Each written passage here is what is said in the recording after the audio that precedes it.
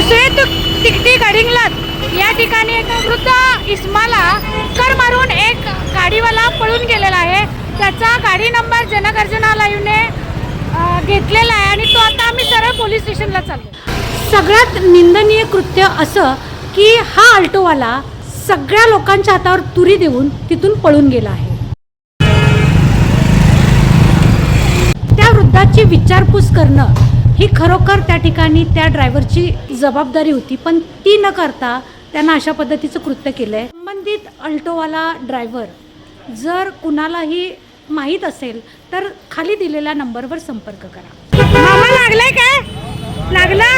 जरा बसा खाली, बसा तिथं, बसा बसा. पाणी पाहिजे का वगैरे? पाणी पाहिजे बाबा.